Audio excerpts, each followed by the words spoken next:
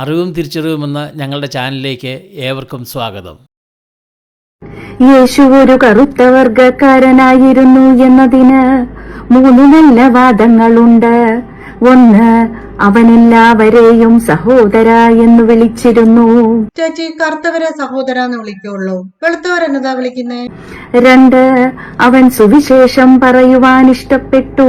അത് ശരിയാ, കറുത്തവര് മാത്രമേ സുവിശേഷം പറയാറുള്ളൂ. 3, അവന് നല്ല ഒരു വിചാരണ ലഭിച്ചില്ല. അപ്പൊ ഉറപ്പ് യേശു കർമ്മം തന്നെ. പക്ഷേ യേശു ഒരു ജൂതനായിരുന്നു എന്നതിനും 3 തത്തുല്യവാദങ്ങളുണ്ട്. 1, അവൻ അപ്പന്റെ തൊഴിലിൽ ഏർപ്പെട്ടു. സകലകലാവല്ലഭൻ. പക്ഷെ വകടിരിവ് വട്ടപൂജ്യം. 2, അവൻ 32 വയസ്സുവരെ സ്വന്തം വീട്ടിൽ കഴിഞ്ഞു. 3, അമ്മ കന്യകയാണെന്നവനും അവൻ ദൈവമാണെന്നമ്മയും വിശ്വസിച്ചു. ഷോ, എനിക്ക് ചുറ്റിലും ജൂതന്മാരാണെന്ന് ഞാൻ ഇപ്പോഴാണല്ലോ അറിഞ്ഞത്. പക്ഷേ യേശു ഒരു ഇറ്റലിക്കാരനാണ് എന്നതിനും 3 തത്തുല്യവാദങ്ങളുണ്ട്. 1, അവൻ ആംഗ്യങ്ങൾ കൊണ്ട് സംസാരിച്ചു. ചേച്ചി ചിരിപ്പിച്ചു കൊല്ലും. 2, ഓരോ ഭക്ഷണത്തിനോടൊപ്പവും അവൻ വീഞ്ഞു കുടിച്ചു. 3, അവൻ ഒലീവെണ്ണ ധാരാളം ഉപയോഗിച്ചു.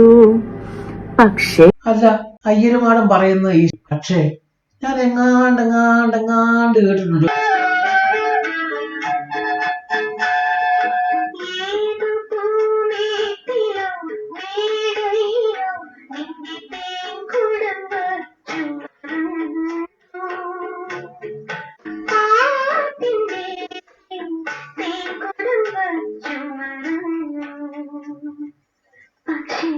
ചേച്ചിയുടെ പക്ഷ കേൾക്കുമ്പോ ഈ പാട്ട് ഓർമ്മ വരുന്നത്. യേശു കാലിഫോർണിയക്കാരനായിരുന്നു എന്നതിനും 3 തത്തുല്യവാദങ്ങളുണ്ട്.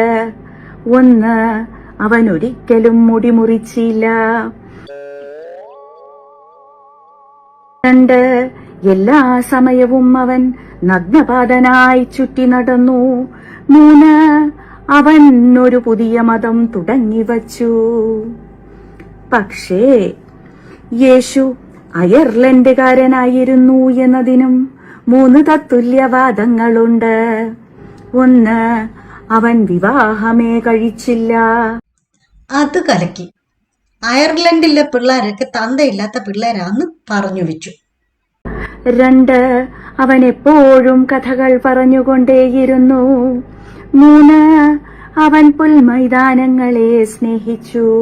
യേശു ഒരു സ്ത്രീയായിരുന്നു എന്നതിന് 3 ശക്തമായ വാദങ്ങളുണ്ട്.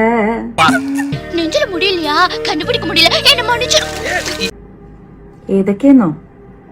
1, തീരെ ഭക്ഷണമില്ലാതിരുന്ന സമയത്ത് ഒരു നിമിഷത്തെ മുന്നറിയിപ്പിൽ ഒരാൾക്കൂട്ടത്തെ അവനൂട്ടേണ്ടി വന്നു.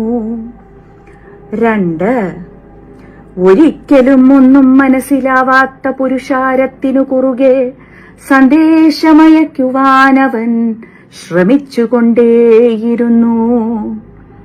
3, പണികൾ ചെയ്തു തീർക്കാൻ ബാക്കിയുള്ളതുകൊണ്ട് മരിച്ചിടത്തു നിന്ന പോലും അവൻ എണീറ്റു വരേണ്ടി വന്നു.